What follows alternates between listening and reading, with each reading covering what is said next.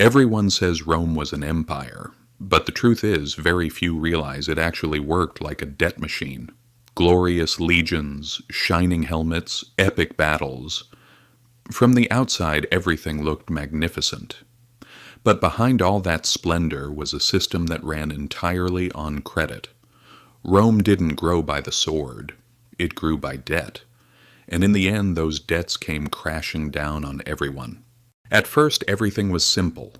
A Roman citizen would grab his spear, defend his land, and then return home. Anyone who owned land was a soldier. It was that straightforward. But as the conquest dragged on and wars stretched farther from home, things changed.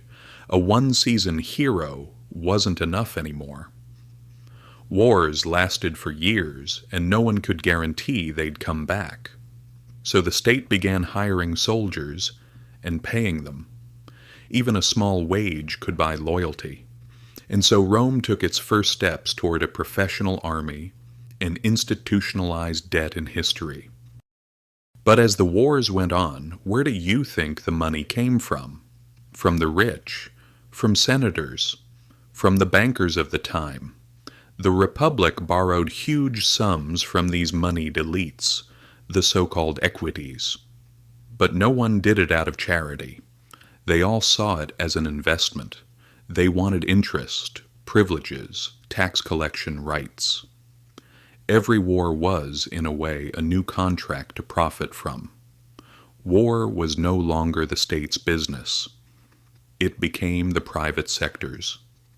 The generals led the armies, and the rich drafted the bills. But no business model grows forever.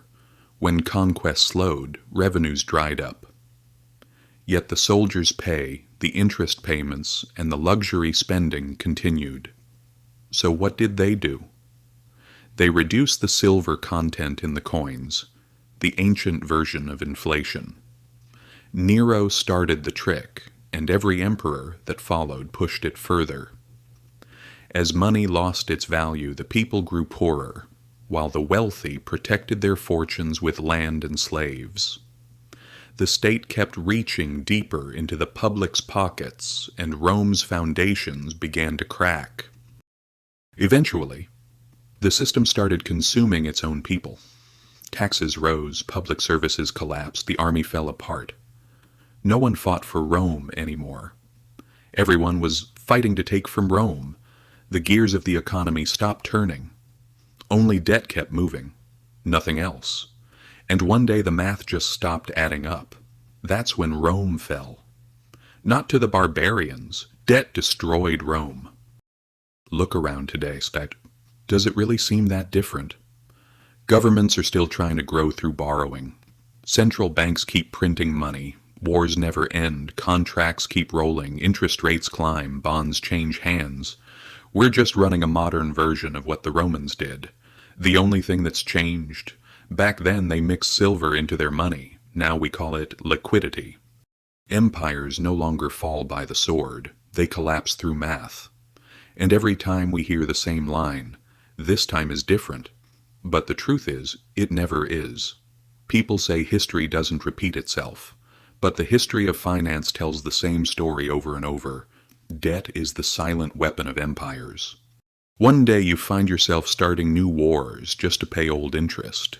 Then you sell the public prosperity. But it's really inflation. And one day, it hits you. The war's long over, but the debt still remains. That's the day Rome returns. Only the name has changed. If history opened a new window for you, subscribe. You can't understand the future without first understanding the past.